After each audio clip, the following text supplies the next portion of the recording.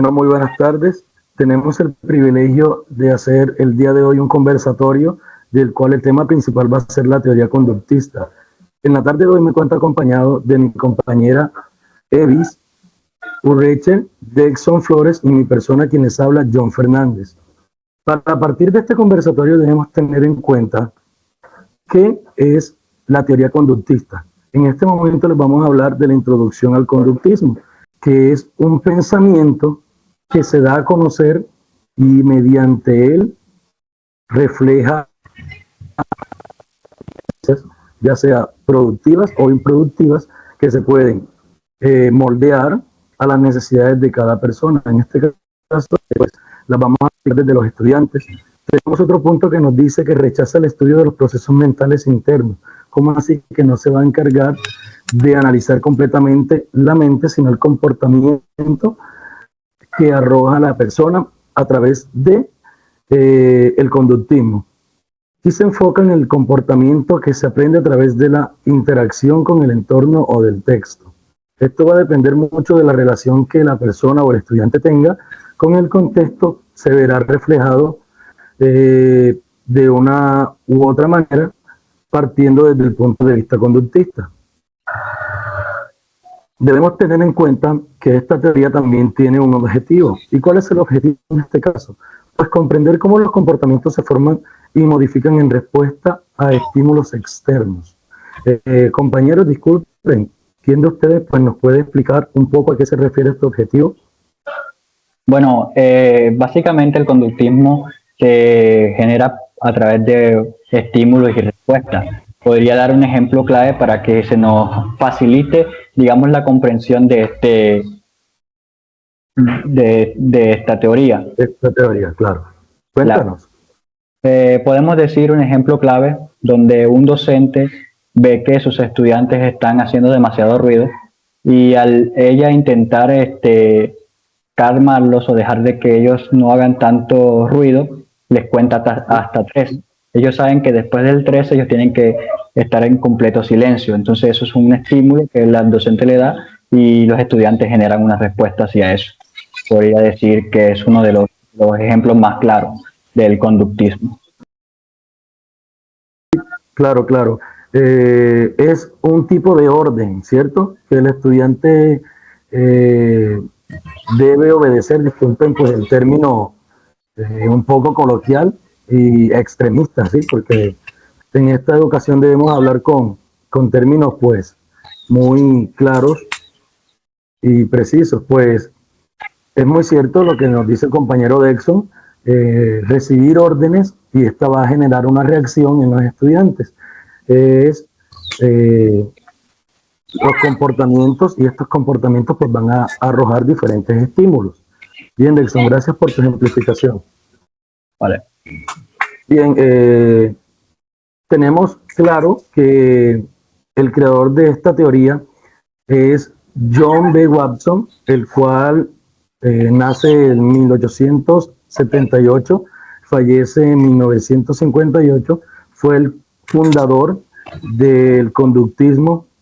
Pues él decía y creía y afirmó que el comportamiento humano puede ser estudiado de manera objetiva y científica, pero partiendo y sabiendo de que el conductismo no estudia profundamente el comportamiento interno, ¿sí? Simplemente se basa en las respuestas que la persona o el estudiante en este caso presenta bajo una situación que el docente le plantea, o simplemente el contexto, no siempre va a ser el docente. Compañeros, ¿quién de ustedes nos puede aportar un poco más sobre John Watson? Bueno, como el compañero John nos afirmaba, él es considerado, valga la redundancia, como el padre del conductismo. Sostenía que el comportamiento humano podía ser explicado a través de acondicionamientos clásicos, como por ejemplo en estímulos-respuestas, así como lo planteaba en el primer ejemplo. Podemos decir que eso sería básicamente uno de los fundadores de esta corriente, ¿cierto? De esta teoría. Señorita. Pues miren, en relación a John Watson, como lo dijo el compañero, era considerado el padre del conductismo, porque eh, él se opuso a la idea de que la conciencia y los procesos mentales internos fueran algo que fuera de estudio en la psicología. Y entonces él enfatizó o se concentró en estudiar el comportamiento de las personas, porque él Sí. pensó que de esa manera, como lo dijo el compañero, el ejemplo de él fue bastante claro de que de esa manera se podía medir o controlar a los chicos. Sí, claro, claro. De todas maneras, hay que tener en cuenta de que, como en la parte principal de nuestras presentaciones, el conductismo estudiaba el comportamiento de la persona, al igual que la psicología, pero no se centraba en el comportamiento interno mental, ¿sí? Sino en el comportamiento visual y mediable que las situaciones se podían eh, verificar, visualizar mediante eh, mediante cada orden o mediante cada, ¿cómo decirlo?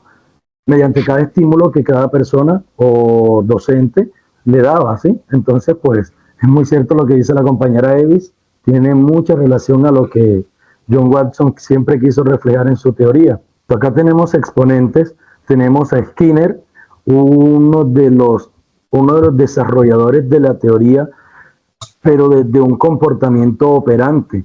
Y también tenemos a Iván Pavlov, quien pone el conductismo no con personas, sino con animales. En este caso, eh, Pavlov no los hace explícito mediante conductas de los perros. Entonces, pues, fueron una de las personas más significativas en esta teoría, que pues es una teoría que nos conduce al estudio de cada comportamiento, porque sabemos que nuestras personas o nuestros estudiantes tienen diversos comportamientos, al igual que los modelos de aprendizaje. Entonces, pues, estos dos señores fueron uno de los más exponentes, uno de los máximos exponentes de las teorías, en este caso la teoría conductista. Chicos, Así ¿quién de ustedes es, nos puede compañero. ayudar un poco más a profundizar entre Skinner o Iván Pablo? Bueno, en relación a Pablo, pues él hizo un estudio con los perros, como lo decía el compañero, en el cual pues a la hora de tocar una campana, los perros comenzaban a salivar, porque en el momento de escuchar la campana, ya ellos sabían que iban a comer. El sonido de la campana era la que les avisaba de que ya la comida se la iban a servir a ellos. Entonces, ese fue el experimento que él hizo con los perros y fue llamado, este fenómeno fue llamado reflejo condicionado, porque él es el que expone el conocimiento clásico. También para adicionar digamos, al argumento que nos dio la compañera, podemos decir que el condicionamiento operante de la teoría de Skinner se basa básicamente en refuerzos y castigos. Digamos que para aumentar o disminuir la posibilidad de que el comportamiento ocurra, o sea, que se genera a través de castigos. Para que sea más eficiente o que digamos que se pueda llevar a cabo esa acción o ese comportamiento deseado. Por poner un ejemplo, puedo decir que uno de las recompensas que se basaba en castigos de Skinner era premiar a sus estudiantes, ya sea con estrellitas, una estrella por cada respuesta. El que responda de manera incorrecta podemos decir que no genera estrellas. Entonces, ese tipo de castigo genera que en el estudiante que se generen las respuestas adecuadas, de que el estudiante se esfuerce por llegar a una respuesta que el docente espera de él, podemos decir. ¿Qué más podemos argumentar Sí, sobre porque Skinner, pues, él se centraba en ese caso en, como el compañero lo dijo, como que en recompensas y castigos, dependiendo de tu respuesta o dependiendo de tu comportamiento.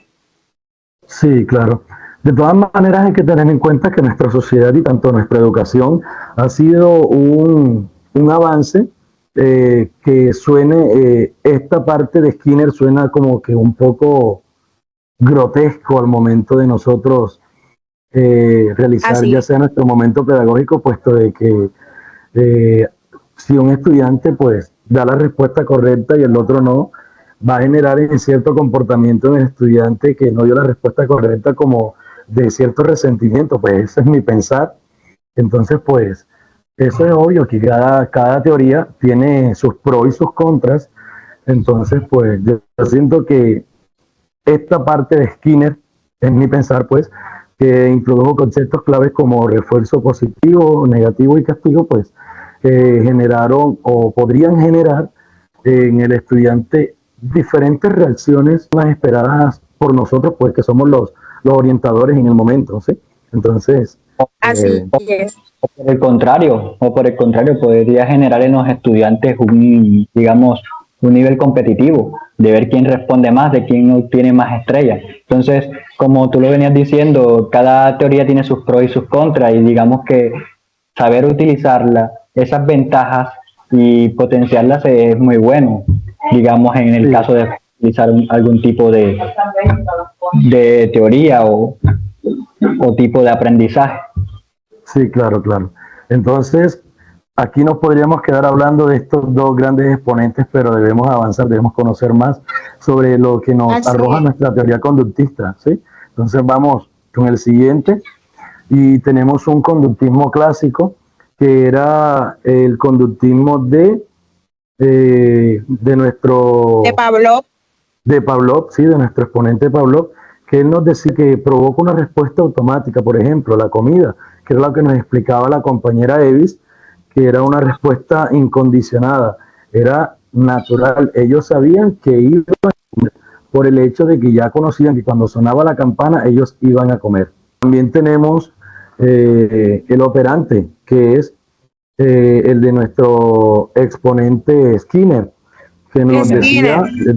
sí, desde la parte positiva, aumentaba la posibilidad de una conducta mediante y daba unos estímulos, fructíferos, como lo decía el compañero Delson, eran las recompensas que pues los chicos o las chicas específicamente generaban un espíritu competitivo, ¿cierto? Y querían obtener siempre las mejores recompensas. Se podía, desde la parte de los refuerzos negativos, pues la disminución del estímulo, de los estímulos adversivos, perdón, como el ejemplo que nos deja Skinner, dejar de oír una alarma, o el castigo positivo, la disminución de la probabilidad de una conducta mediante la adición de un estímulo adversivo, por ejemplo, una multa, o lo que vemos ahora en nuestra educación, las planas, ¿sí? Que creemos que Así es. esto ayudará a mejorar la conducta de nuestros niños, pero no. Eh, de cierta manera, pues fracciona un poco su aprendizaje porque él va a estar concentrado en que no debo hacer esto, olvidando cuál es el compromiso en el salón de clase, en el aula de clase o en el mismo colegio, que el compromiso de él pues, es aprender nuevos conocimientos a partir de lo que nosotros le vayamos a impartir. También pues tenemos la disminución de los castigos negativos, que es la eliminación de un estímulo agradable. Por ejemplo, la pérdida de un privilegio, ¿sí? ¿Cómo podríamos, chicos, ayúdenme en esa parte, cómo podríamos dar un estímulo de la pérdida de privilegio para, para un estudiante? Yo diría que un ejemplo de perder esos privilegios es decir, por lo menos hasta que no termines esa actividad, pues no vas a salir al descanso. Entonces, yo diría que eso es un ejemplo bastante claro de la pérdida de esos. Sí, claro, claro, así es. Bueno, vamos a continuar con la aplicación del conductismo. Desde la parte educativa, el uso de refuerzos y premios para fomentar el aprendizaje y el buen comportamiento. Bueno, tenemos que tener algo claro, que nuestra educación ha sido una educación bastante costumbrista. ¿En qué sentido? En que si nosotros acostumbramos a nuestros estudiantes siempre a darle un premio por algo que él hace bien, en aquel momento en que nosotros como profesores no tengamos para darle un premio, ¿qué haríamos? Les doy esa cuestión no a ustedes como colectivo, sino como una persona con una mirada orientadora hacia la educación en este momento, y a ustedes, compañeros que pueden ver, a usted también, tutor, ¿qué haríamos en ese caso cuando no tenemos cómo premiar el comportamiento, el buen comportamiento de nuestros estudiantes? No porque no queramos hacerlo, sino porque no contamos con un recurso. Siento de que eso es como un, un obstáculo para, para aplicar un poco esta parte de los refuerzos. ¿Sí? Perfecto. Bueno, también tenemos de la psicología clínica la terapia basada en el conocimiento como la terapia de adversión o la de sensibilización sistemática. ¿Sí? Es una teoría que pues abarca muchos procesos mentales, pero que no se profundiza a estudiarlos completamente. También tenemos la modificación de conducta, aplicación de principios conductistas para cambiar el comportamiento no deseado. Por ejemplo, el tratamiento de acciones, a lo que nos daba el primer ejemplo que nos expresó el compañero Dexon. Si tú no cumples esa orden, tú no sales, ¿sí? Si tú no terminas tu actividad, tú no vas a jugar. Entonces, esas son una de las aplicaciones del conductismo mediante algunas disciplinas de nuestro entorno. También tenemos las críticas y limitaciones. Le agradecería a la compañera Edith que me colabore con esta parte. Críticas. Reduccionismo. Acusa al conductismo de ignorar los procesos mentales internos y la influencia de las emociones. Esa crítica que hacen de la teoría, de cierta forma, pues no podríamos negar que tiene razón, porque la teoría del conductismo no se basa en los procesos mentales internos, ni tampoco en la influencia de nuestras emociones, en cómo pueden influir nuestras emociones en nuestra forma de comportarnos. Y creo que la educación de hoy en día, pues de una u otra forma, sí tiene en cuenta la influencia que tienen las emociones en nuestro comportamiento en el aula de clases, pues en la parte de la educación. Las emociones también participan de ese estímulo que nosotros debemos dar. También tenemos la falta de enfoque en la cognición, pues se le critica a esta teoría que por no considerar la cognición y los procesos de pensamientos en el aprendizaje. Básicamente, esta teoría, por no realizar un estudio mental interno, olvida completamente los procesos de pensamiento en el aprendizaje. Acá no importa si el muchacho, el estudiante, piensa de esta manera, de la otra manera, no. Acá simplemente va a importar el estímulo que tú le das a la situación que te presenta el contexto, el profesor, la persona, tu padre, X o Y persona. ¿Sí? También tenemos las limitaciones. Dexon, por favor, ¿me colaboras con esto, porfa? Claro que sí. Me permiten leer un momento. Limitaciones. No explica todos los aspectos del comportamiento humano, especialmente aquellos relacionados con el pensamiento y la autoconciencia. Y es que sí, esos aspectos que son sobre el pensamiento y la autoconciencia no aplican en este caso del conductismo, porque solo aplican a aquellos que son observables, lo que podemos ver a simple vista, porque digamos que el pensamiento no puede ser visto y no podemos considerarlo como un proceso mental en el cual nosotros podemos adecuarnos a él o digamos modificarlo, en este caso a través de conductas, a través de premiaciones, a través de recompensas, y lo mismo aplica para la autoconciencia, John. Sí, claro, claro. Hay que tener en cuenta que esta teoría solamente, vamos a resumirla, se basa en el estudio del comportamiento mediante la reacción del estímulo que la persona le da a el niño o al estudiante o al adulto, ¿sí? Porque es una teoría moldeable, tengamos eso claro. Es moldeable y se puede adaptar a cualquier persona, e inclusive a los animales, porque Iván Pavlov lo hizo y quedó más que específico. Chicos, vamos a terminar nuestra presentación con una conclusión que nos dice y nos presenta que el conductismo simplemente ha sido fundamental en el desarrollo de la psicología como en la ciencia empírica. Lo que les decía, por no centrarse en un estudio profundo mental, lo hacemos desde la ciencia empírica como laboratorio vivencial. Nosotros le damos un estímulo y solamente vamos a recibir una reacción. No importa el pensamiento, no importa cómo piensa, el análisis que la persona le da a ese estímulo, simplemente nos va a importar la reacción. También tenemos que, como reflexión final, el conductismo ha abierto el camino para una comprensión más clara y científica del comportamiento, pero es importante integrar otros enfoques para obtener una visión más completa del ser humano.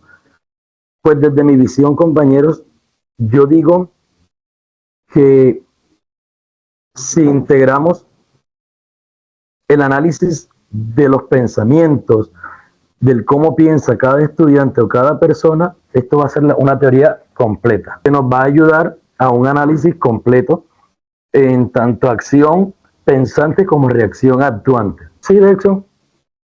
Sí, yo quería decir o hacerle una pregunta a nosotros como colectivo y a los tutores, y es que nosotros como docentes o como esas personas que están al frente de un aula de clase donde se rodean muchísimos mundos, hablando de pensamientos y de acciones, que cada estudiante es un ente diferente, podemos decir que el conductismo se puede aplicar transversalmente a través de otras teorías, o simplemente tiene que ser de manera directa, centrándose solo en el conductismo. ¿Ustedes qué me dicen en ese aspecto? ¿Qué piensan ustedes sobre eso? Bueno, partiendo desde esa pregunta, yo siento que esto es una teoría moldeable. ¿En qué sentido? En que pues podemos aplicar la teoría y cambiarla no de manera teórica, sino de manera práctica, pero sin perder la esencia.